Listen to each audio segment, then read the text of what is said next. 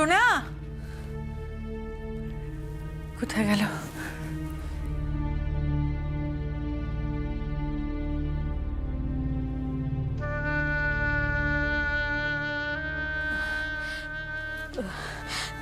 দাদা দাদা আপনি সোনারে কোথাও যাইতে কইছেন? আমি? তোমার কি মাথা খারাপ হয়ে গেছে নাকি? অসুস্থ পোলাটারে বাসায় লয়ে এলাম সবে, আমি তাহলে কোথায় পাঠাবো? কারণ ঘরে নাই সে। না গো, ঘরে তো নেই কোথাও। ছোট এসে আমাকে বললো, আমি সারা বাড়ি তন্ন তন্ন করে খুঁজলাম, বাথরুমেও নেই। কোথায় গেল বলো তো ছেলেটা? তার মানে দাদা ওই ব্যানার্জি বাবু তারে আইজ একবার কোর্টে হাজিরা দিতে কইছিলেন, মনে আছে আপনার? হ, কিন্তু আমি তো তারে না কইছিলাম।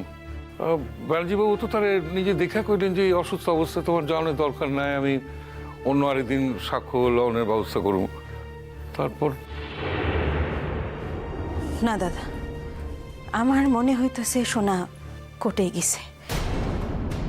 সে কি কেউ না কইয়া?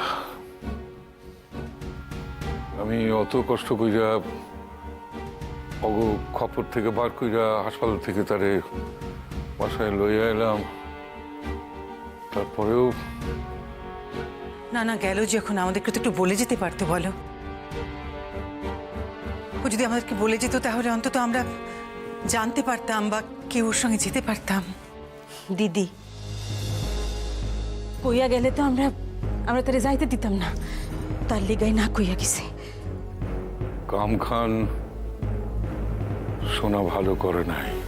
যাই কন দাদা, আপনি আজ তারে কইবেন কিরণের জীবনের দাম তার কাছে অনেক বেশি, সে আমরা সকলেই জানি, কিন্তু তাই বইলা আমগোর জীবনের কোনো দাম নাই তার কাছে, এত জানতাম না। ছোট, এই সমস্ত কি বলছিস তুই? এই সমস্ত কথা কেউ বলে? ঠিকই কইতাছি দিদি, ছেলেটার জীবনের উপর দিয়েও তো কম গেল না।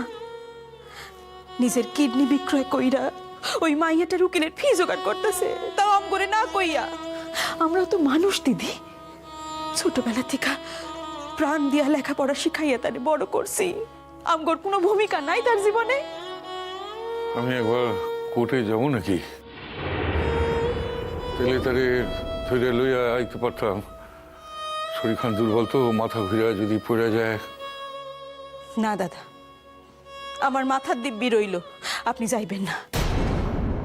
ছোট, ঠিকই কইছি দিদি, আমগোর জীবনের দাম যার কাছে নাই, আমগরে না কইয়া যে এত বড় একখান দুঃসাহসে কাম করতে পারে।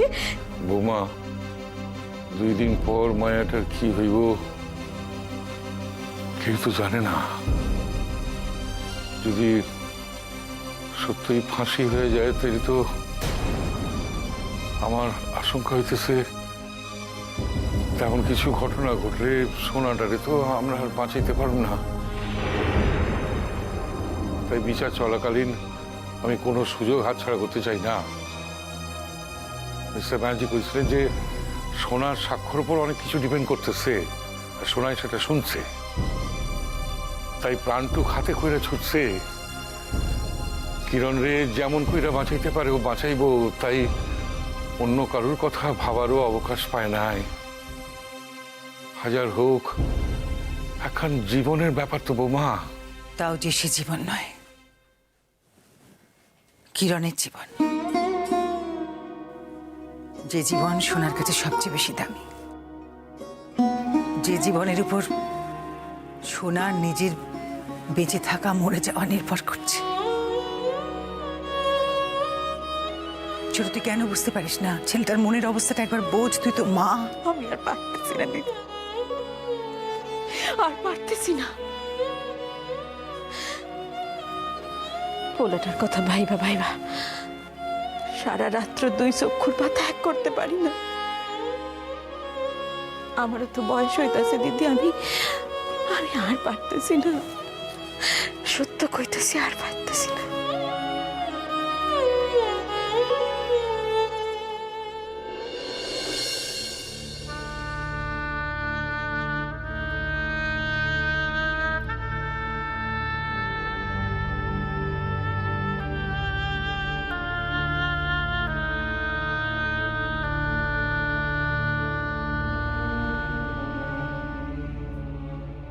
মাননীয় বিচারক, কাবুল শেখ হত্যা মামলা শুনানির শেষ দিনে আমার সর্বশেষ সাক্ষী শ্রীমতী ময়না চৌধুরী। আমি তার সাক্ষ্য গ্রহণ করতে চাই, যদি আপনি অনুমতি দেন।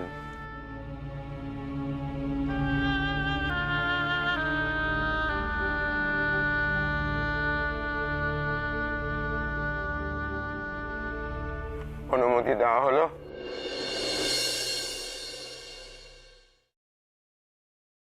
সাক্ষী ময়না চৌধুরী হাজির।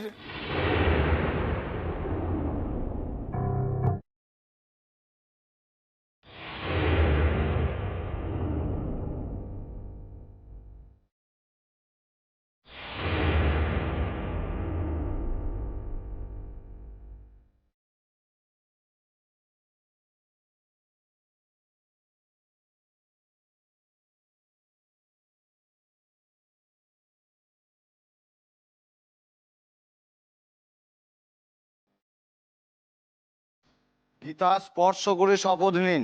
বলুন, যাহা বলিব সত্য বলিব, সত্য বই মিথ্যা বলিব না। বলুন। যাহা বলিব সত্য বলিব, সত্য বলি মিথ্যা বলিব না।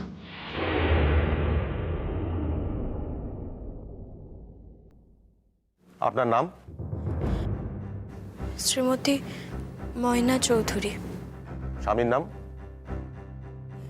শ্রী সূর্যনারায়ণ চৌধুরী। ইতিপূর্বে আরো একদিন আমরা আপনার সাক্ষ্য গ্রহণ করেছি, কিন্তু সেদিন কাজটি সম্পূর্ণ হয়নি, আপনি অসুস্থ হয়ে পড়েছিলেন। আশা করি আজ আপনি আমাদের সঙ্গে সহযোগিতা করবেন। দেখুন, একটি সত্য উদ্ঘাটনের জন্য আপনার সত্য ভাষণ আমাদের কাছে খুবই জরুরি বলে আমরা মনে করছি। আমি আমি চেষ্টা করব হুজুর। আপনি আমাকে প্রশ্ন করুন, আজ আমি ভেঙে পড়ব না।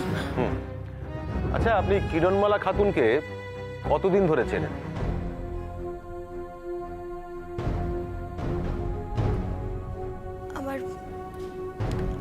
আমার বিয়ের দিন থেকে। বিয়ের দিন থেকে?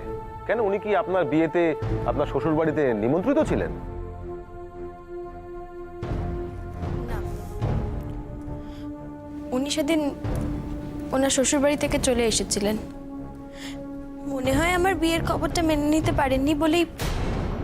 Objection your honour. আমরা কারোর মনে হওয়ার উপর নির্ভর করে সত্য উদ্ঘাটন করতে আসিনি, তাই ওনার কি মনে হচ্ছে সেটা না বলাই ভালো। একজন সরল সাধারণ মানুষ যেভাবে কথা বলেন, উনি সেইভাবেই কথা বলছেন মিলন।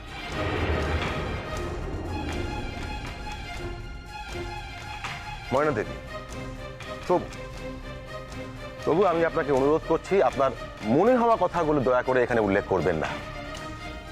বেশ বেশ, করবো না গো, আমার ভুল হয়ে গেছে।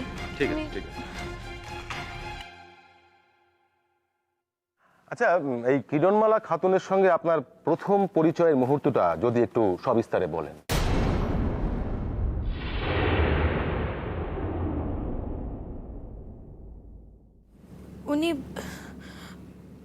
উনি আমার বৌভাতের দিন শীত কেটে আমাদের ঘরে ঢুকেছিলেন।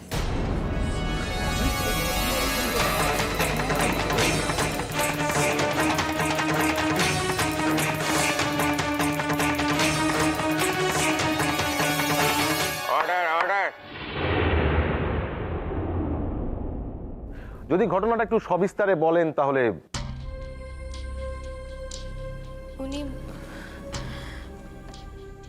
উনি আমার স্বামীকে ভালোবাসতেন মনে মনে। ওনার বিয়ের পরও আমার স্বামীর সঙ্গে লুকোচাপা করে সম্পর্ক চালিয়ে যাচ্ছিলেন। তারপর এক সময় আমার শ্বশুর বাড়ির লোকজন আমার স্বামীর মতি ফেরানোর জন্য আমার সঙ্গে তার বিয়ে দেয়। তারপর আমার বিয়ের আগেই আমার শ্বশুর বাড়ির লোকজন আমাকে এই কথাগুলো বলেছিল, কিন্তু আমার বিশ্বাস ছিল যে আমি আমার স্বামীকে শুধরে দিতে পারবো, কিন্তু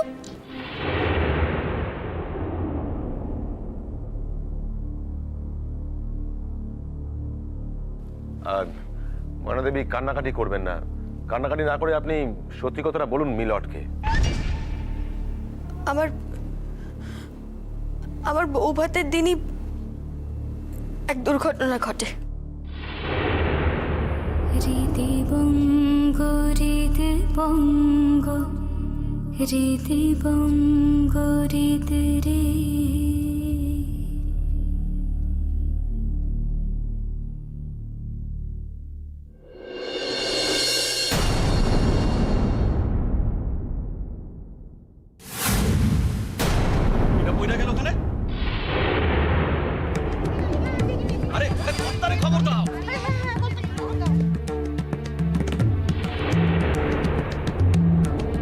নিশ্চয়ই সেদিনই আপনার মনটা ভেঙে গেছিল।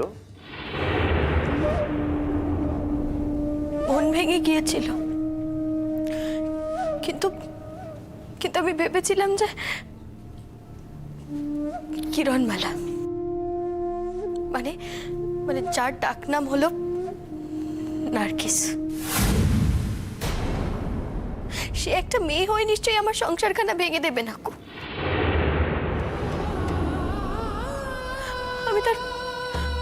আমি তার পায়ে পড়েছিলাম, তার কাছে হাত জোড় করেছিলাম, বলেছিলাম যে দয়া করো, আমার স্বামীকে আমার কাছে ফিরিয়ে দাও। কিন্তু বিশ্বাস করুন হুজুর, এই এতগুলো বছরে একটি বারের জন্য এই মেয়েটা আমাকে শান্তি দেয়নি কো। ঠিক যখনই আমার স্বামী আমার সঙ্গে মন দিয়ে সংসার করতে চেয়েছেন, তখনই ওর থাবা বাড়িয়ে আমার সংসারটাকে একেবারে ধ্বংস করে দিয়েছে, একেবারে তছনছ করে দিয়েছে। Objection your honour.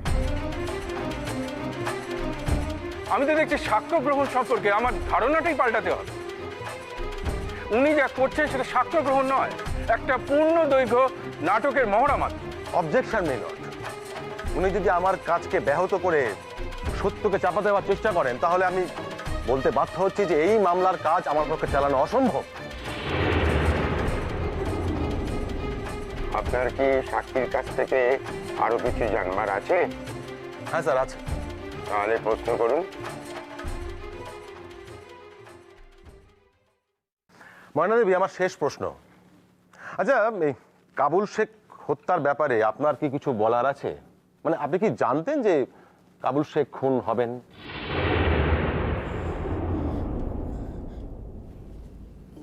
জানতাম হুজুর। জানতেন? বারে আগেই যদি জানতেন তাহলে থানায় গিয়ে জানাননি কেন আপনি? মিস্টার ব্যানার্জি, আমার প্রশ্নোত্তর পর্ব এখনো শেষ হয়নি।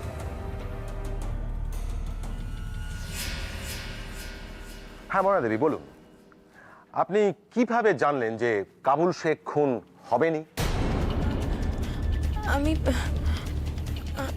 আমি জানতাম, কারণ আমাকে এটা কাবুল শেখ নিজে এসে বলেছিলেন। উনি আমাকে বলেছিলেন যে উনি না সবসময় খুব ভয়ে থাকতেন, মানে ওনার সবসময় মনে হতো যে কেউ ওনাকে ফলো করছে, কেউ ওনাকে মেরে ফেলতে চায়। আমার আর কোনো প্রশ্ন নেই মিলট। আমার আছে ইওর অনার। আপনি যদি অনুমতি করেন, আমি ময়না দেবীকে কয়েকটা প্রশ্ন করতে চাই। আপনি প্রশ্ন করতে পারেন mister Banerjee. Thank you your honour.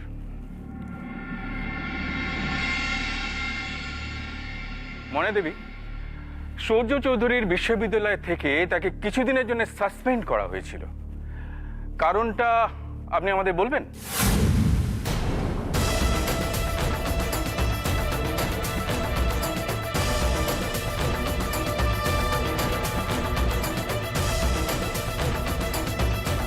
আমি আমি আমি কি করে জানবো?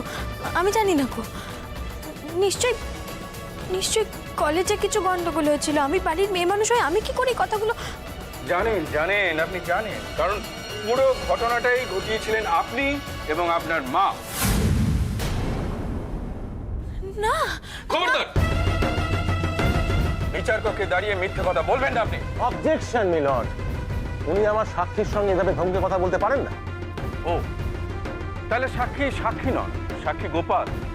আপনি যা শিখিয়ে এনেছেন উনি তাই বলছেন। অবজেকশন মিলন। নিজেদের মধ্যে ঝগড়া করবেন না। আপনি মিস্টার ব্যানার্জিকে কাজ করতে দিন। Sorry sir. Thank you, your honour. সেদিন কলকাতা বিশ্ববিদ্যালয়ের গৌরব কিরণ মালাকে আপনারা পাবলিকলি অপমান করেছিলেন,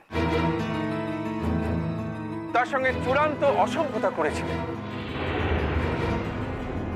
তার দোষ ছিল কলকাতায় এসে তিনি বিশ্ববিদ্যালয়ে ভর্তি হয়েছিলেন এবং অফিসিয়ালি সূর্য চৌধুরীর ছাত্রী হয়েছিলেন। এতেও আপনারা থেমে থাকেননি। সূর্য চৌধুরীকে টাইট দেওয়ার জন্যে তার ঊর্ধ্বতন কর্তৃপক্ষকে আপনারা যা নয় তাই বলেছিলেন এবং তিনি সেই অভিযোগের ভিত্তিতে সূর্যকে সাসপেন্ড করেছিলেন।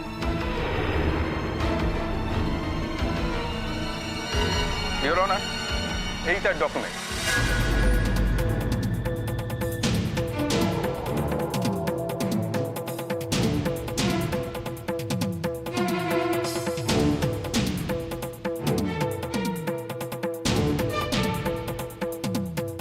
আমার দ্বিতীয় প্রশ্ন, আপনি জানতেন যে আপনি মা হতে যাচ্ছেন না, তবু আপনি ডাক্তারকে মিথ্যে কথা বলতে শিখিয়েছিলেন। কেন শিখিয়েছিলেন?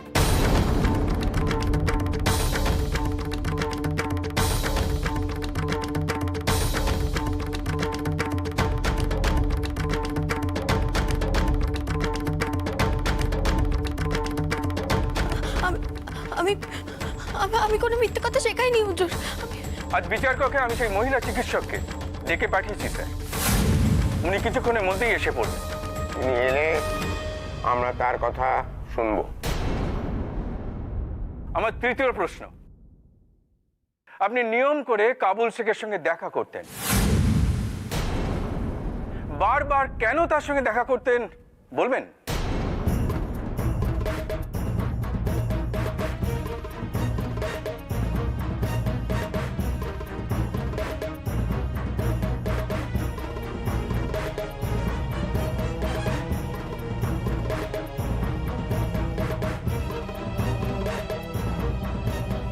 আমি আমি কোনোদিন ওর সঙ্গে দেখা করিনি।